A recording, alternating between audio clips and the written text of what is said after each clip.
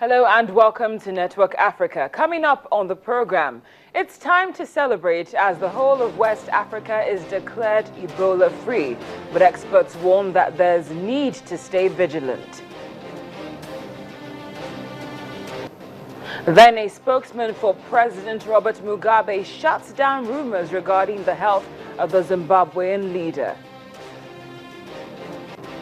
And later on, Germany and Egypt come together to discuss better protection for Egyptian tourists almost 1 week after the Hurghada resort attack.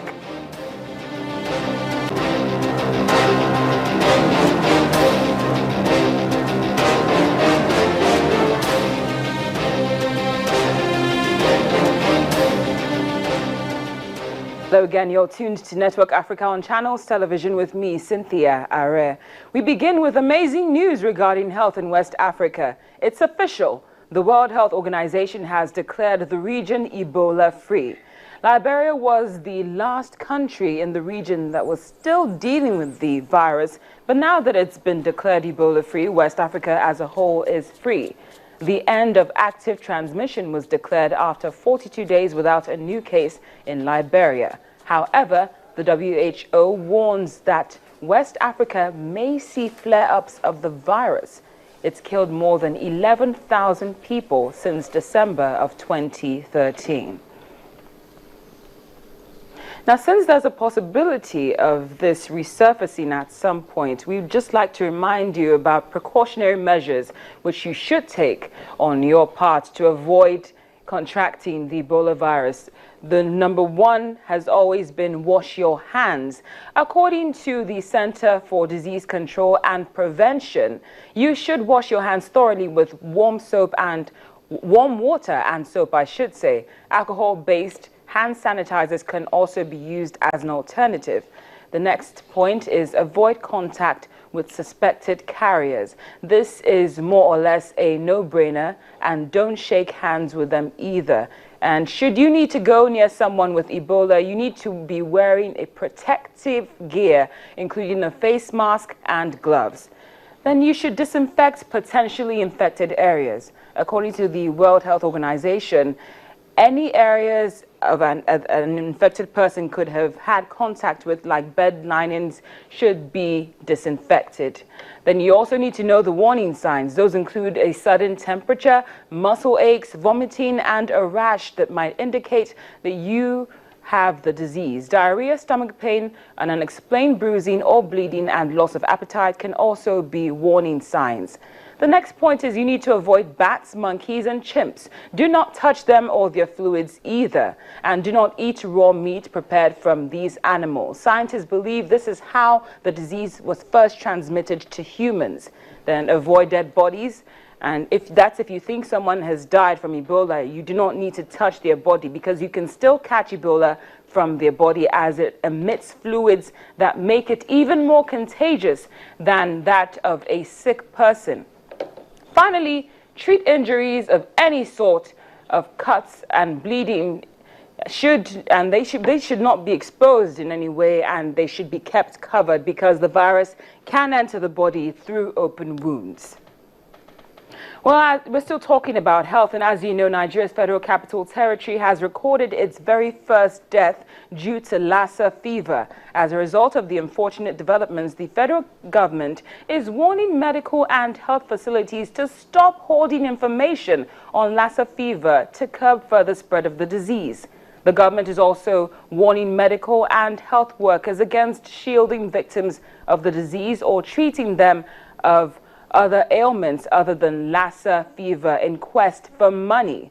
As regards the latest case recorded at the National Hospital Abuja, the Minister of Health, Professor Isaac Adewale, confirmed the death of a 33-year-old newly married man from Jos.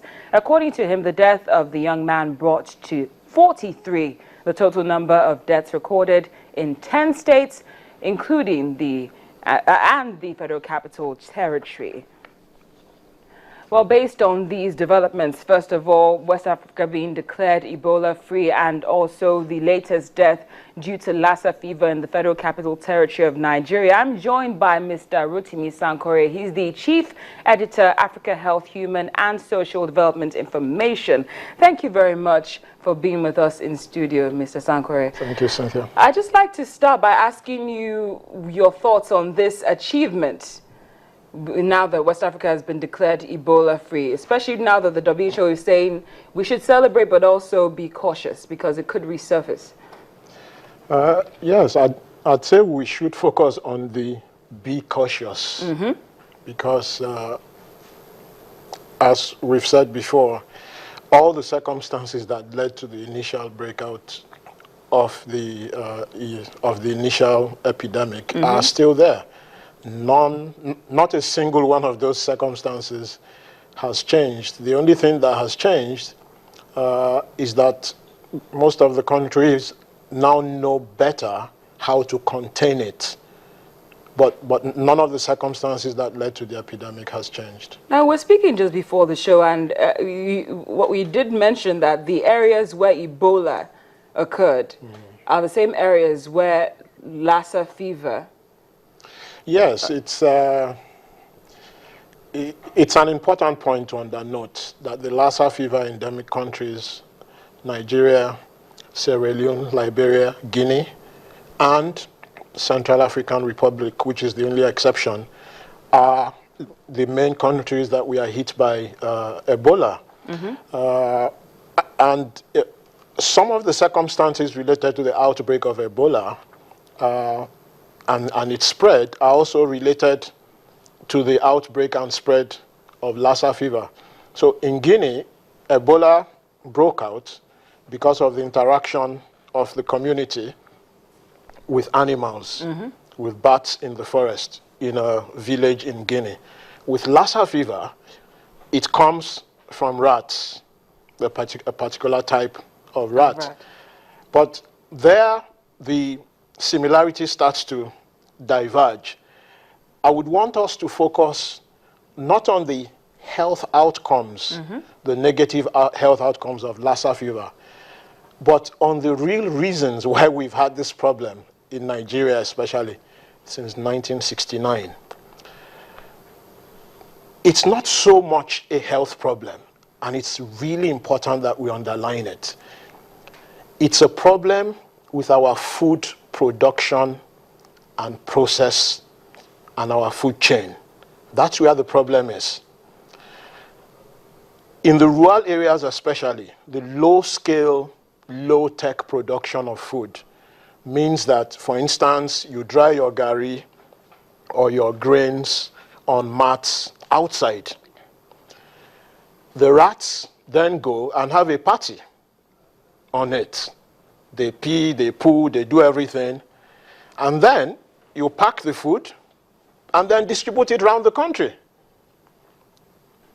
Even when you store it in the infamous brown bags, they still get to it because it's cloth. So the first point of intervention for Lassa fever is our food production process. First of all, if the low-scale farmers had the electricity to dry the food in a more high-tech way, they wouldn't put it outside for rats and things to go and interact with it. So here you see the interaction between poor access to electricity, low-scale farming, not enough resources for low-scale farmers to store food. So that's where we need to break the chain, because every year it happens. Every year it happens for more than 45 years. And we know it's good that a huge chunk of the budget has been allocated to agriculture, but what's it going to be spent on? A budget on its own is nothing except it solves a problem. And this problem is long overdue. I can't imagine how many millions of people are drinking gari, making ogi, the local custard and things that have been produced in this terrible, no quality control kind of way. We are really lucky that we've been getting away with it for so long. So where do we begin at this point? Because now I see the connection that you've just opened our eyes to. So what should we do first? Well, especially now that Lassa fever is active, what do we do? Well, the first thing is for the Minister of Health, who I know, who is a very competent person, to be able to talk to his colleagues in agriculture and in environment and say, guys, I'm dealing with the outcome of things that your sectors have not done for 45 years. So the low-scale farmers, food production plants, they need support. They also need education. But most importantly, they need financial support to improve their production process, improve the quality control. Where they don't have electricity, they will need small generators to improve their storage. You can imagine how many big containers, plastic or otherwise, that they will need to buy, and they can't afford it. So the governments need to step in, whether it is state governments or federal government, and say, look, this is the main point of entry of Lassa fever. So the food storage process has to be improved. They give them small loans that can enable them to buy all these big containers. Then we start to break the chain from there, so that whatever then happens afterwards can be contained. Now, because we also know that there is a cycle to it, and we know when it gets worse, for instance, when farmers start burning bushes and things, when it gets close to that area, the hospitals, clinics, where they exist in those areas should be supplied in advance with the one medicine that we know can halt the spread of Lassa fever. It's not when it breaks out, then the panic starts. Every year, if you ask anyone who's working, the campaign is everywhere, in schools, in workplaces, for old people, for young people. The same thing should happen here. The medicine should be distributed well in advance to those areas, then we can check it. The other health side of it is vaccine production. They've been struggling with production of vaccine for Lassa fever since the early 1970s. But a lot of these exotic diseases don't have vaccines because they are things that kill us mostly in Africa. But our governments don't take the time to make the investment ahead of time to be able to deal with this. Every year across 4 countries, Lassa fever affects thousands of people and hundreds die. Yes. But that investment has not been done. So those are the other side of it: the pharmaceutical production, the distribution of the medicine, and then the vaccine production. Well, Mr. Rotimi Sankore, I have to say a big thank you for joining us on Network Africa. It's like you've just explained the connection. It's bigger than a health issue. It goes back to electricity, it goes back to production.